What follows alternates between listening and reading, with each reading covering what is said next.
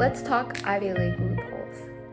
Hey guys, my name is Tanika Saravanan and I'm 100% committed to play Division I tennis at Cornell in 2026. In this video, I wanted to talk about the everlasting concern and question for many parents and students: how to get into an Ivy League school. For those of you who don't know about the Ivy League schools, let me explain. There are 8 Ivy League schools: Harvard, Yale, UPenn, Columbia, Cornell, Dartmouth, Brown, and Princeton.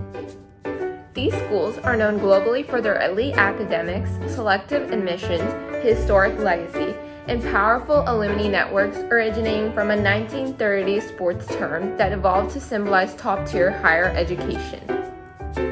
One thing many people don't know about the Ivy Leagues, however, is that it started as a Division I athletic conference, meaning that there are seats for students who excel at a variety of sports, more specifically 37 NCAA Division I sports at Cornell. So how does this tie into the loophole you promised at the beginning of the video, you may ask? Well, these seats at these colleges are guaranteed for student athletes who excel both academically and athletically. Let's discuss numbers now, shall we? I have a 4.5 GPA weighted my first semester of my senior year at high school. I took the SAT in 8th grade and got a 1350, so I decided to stick with the ACTs. I got a 33 on my ACT and decided to stick with that grade and submit it. But here is the twist. According to the website Prep Scholar, scores below 33 make it significantly harder to get in, as most applicants score much higher. The median score is a 34 at Cornell, with the 75th percentile at a 35. Several of my fellow student athletes who are committed to the Ivy Leagues have below average ACT/SAT scores with absolutely horrendous GPAs. Their words, not mine. So here's where I'll let you in on a little secret. Columbia has made their ACT and SAT scores optional, making them the only test-optional Ivy League. While most Ivies went test-optional during the pandemic, Columbia adopted an indefinite policy for greater equity, contrasting with peers who cite data linking scores to success, according to reports from the late 2025. So what does this mean, you may ask? This means that if you play well in whatever sport you do, along with a perfectly reasonable GPA, from a 3.5 to 3.7 unweighted, you can make it into any prestigious Ivy League like Columbia without the unnecessary extracurriculars or the thousands of dollars you'd spend for standardized testing prep. Okay, I think we need a break from all the surprises now, don't we? Well, worry not, guys. I still have a couple more surprises coming your way. Just the perks of being a student athlete. So, let's talk essays. College essays are personal statements that allow a college's admissions committee to see the person behind the grades and the test scores. They are a crucial and sometimes deciding part of your application, especially in competitive admissions processes where many applicants have similar academic qualifications.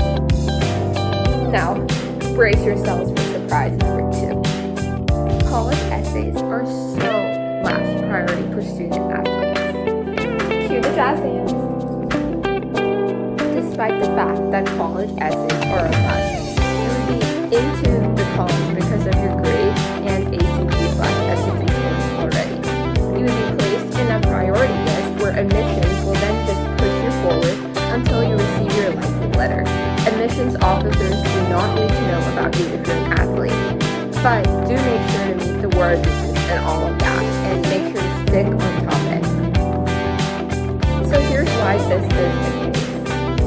Ivy League schools actively recruit athletes to keep their varsity programs competitive. That means athletes aren't just allowed, they are strategically valuable. So if a coach supports you, admissions look at your application with context, not in isolation. So as you have come to understand by now, being a student athlete at an Ivy League has many perks and loopholes. But with the goods come the bads. One especially huge con of being a student athlete at an Ivy League school is the responsibility you must shoulder as soon as you step into your Ivy League campus. Being a student athlete at an Ivy League school can be extremely demanding because the academic workload is intense, while athletic commitments require daily practices, travels, and competitions year long. So there will be like matches in the weekends, matches during the day, matches during test days, matches during midterms, all of that, in which you have to talk to your professors and maintain a sense of responsibility within yourself. This combination often leaves very little free time, making it harder to maintain balance, manage stress, or participate in other campus activities. Unlike many other Division I programs, such as colleges in UMich or your state college, Ivy League schools do not offer athletic scholarships. That is a big thing, which can increase financial pressure for some students. Additionally, the constant pressure to perform at a high level, both academically and athletically, can lead to burnout if strong time management and support systems are not in place. This is where you need to make use of the services offered to you. Ivy League schools offer strong support systems for student athletes, including academic advising, tutoring services, and priority course registration to help them manage demanding schedules. Priority course registration means that student athletes get a priority and they can pick which classes they want over some normal students. So like, for example, at Cornell, right, there's the Dyson School of Business, and there is a priority list and like spots for just athletes. So like, as a student, you need to have like the best grades, the best like extracurriculars to get into this, like the Dyson School of Business, which is a really prestigious business school. But for athletes, like despite your grades, despite what other extracurriculars you have been doing, the fact that you like commit to Cornell first, you can get that spot into Dyson. So in my experience right now, I committed later. So I'm as of now committed to the ILR, Industrial Labor and Relations School. But if like someone who had lesser grades than me, but they like in another sport or even in tennis, if they committed to Cornell at the beginning, they get first priority and they get to go to the Dyson School of Business. So the priority course registration helps us manage demanding schedules, so we can pick like perhaps the easy courses like for the required courses that we have to take. And also athletes also have access to like a lot of athletic trainers, sports psychologists, and dedicated coaching staff who support both their physical and mental well-being. This is where it's important to make use of the official visits that are offered to NCAA potential Division I athletes. All athletes get their official visit, which is basically like covered visits by like the college. So they cover your the students' transportation. You can see a whole like guideline for this official visit in the NCAA website, but basically you can visit the college and you would visit the teams and you would visit the facilities in the whole campus, and you would see where you feel like you would best fit. So that is very important to make use of. Okay, so we're going to cover one more thing, and that's dorming. So I'm going to discuss the benefits of dorming at Cornell in specific because I know more about it. I've asked questions. So let me explain. One benefit of being a student athlete at Cornell is access to a built-in community through team housing or living with teammates, which makes the transition to college and dorm life easier. Student athletes often receive housing accommodations that consider practice schedules and travel, such as proximity to athletic facilities or flexible move-in arrangements. One thing that I realized after my official visit there is that two of my teammates their freshman year roomed together, because as a student athlete, some people might homeschool, some people might not know other student athletes that are coming from their respective school. They might not have friends that are specifically going to Cornell. So a benefit, or to their school, so a benefit would be to like just room in with your teammate the first year, so you have someone that would understand.